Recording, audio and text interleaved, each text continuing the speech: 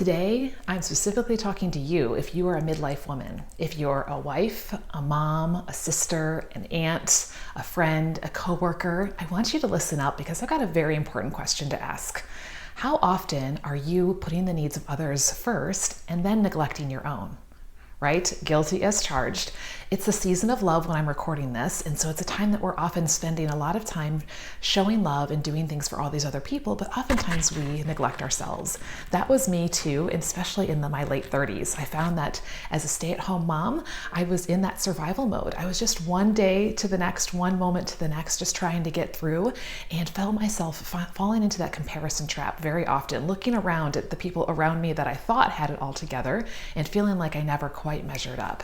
And then in the midst of it all, I felt like I had lost who I was. I'd forgotten what I was good at, who I was outside of those roles, and I'd forgotten how to dream. So the year I turned 40, I decided I didn't want to keep living that way. I felt like I was fading, and I made a decision that I was going to be intentional. I remember looking in the mirror that morning, seeing a few extra wrinkles around the eyes, feeling a little bit more pooch around the middle, and saying, you know what, if I'm not intentional about my self-care, then time and gravity are going to do their job, and I'm probably not going to like what they do, right?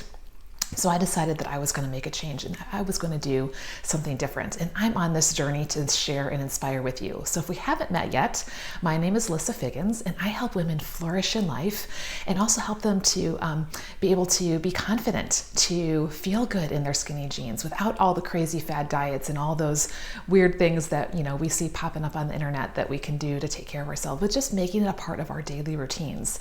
So I got to thinking, what are the obstacles that keep us, especially as women in this stage of life, from taking care of ourselves?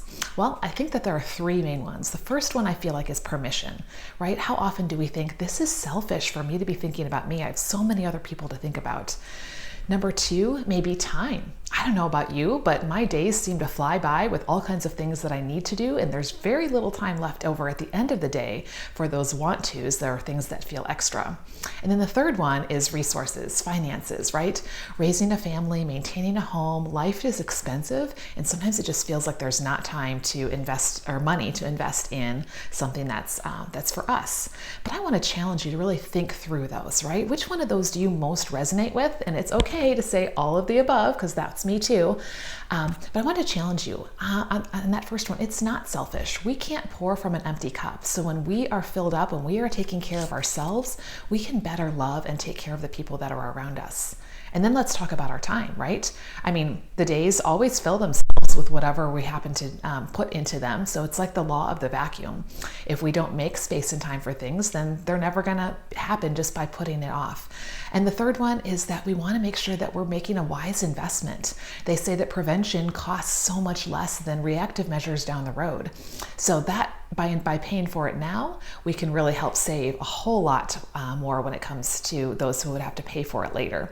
So what are some things that you can do? Well, I've got 3 tips. The first one is stop and make a list of what are those self-care things. Maybe they're daily things. Maybe it's, what time you're getting up and what time you're going to bed. Maybe it's having some time to read or to be outside. Maybe it's taking care of your skin, doing your hair, putting on your makeup, having time to make a protein smoothie that's healthy for you for breakfast, or plan out your meals. So make a list of what those things are on a daily basis and on a weekly basis. Maybe there's some things you don't do every day, but you want to do on a weekly basis or a monthly basis or even a yearly basis. And don't forget some of those getaways, because those are really, really key to self-care as well. The second thing, and once we have that list, is we need to time block. Because if we don't make time for it and schedule it in, we all know it's not going to happen, right? And we're going to get through another day, another week, another month, another year, and we're going to be in the same place that we were. So setting aside those time blocks, scheduling, this is when I'm going to do this, and making that appointment with ourselves. And then the third one is invest in quality products, things that are actually going to benefit you, things that are going to give you great results, but they're also going to benefit your health not only now, but also down the line, so you're not dealing with issues later on. We had a recent episode about toxic beauty and thinking about the types of products that we use in our everyday life, and that falls into the skincare, self-care category as well. So maybe right now you're feeling like, oh my goodness, how in the world will I even find time to do all the things that are on on my list. My list is a bazillion things long. Or maybe you're looking at a blank piece of paper and thinking, I don't even know where to start. Like, when was the last time that I thought about me and what I needed and what I wanted and taking care of me? Well, no worries. You're not on your own. That's what I'm here for. We're on this journey together, and we can help one another think about what are those things that you need, and then figure out how we can put that in. And then I'd love to share some great resources with you of what you can be using that's going to help make that possible in your life.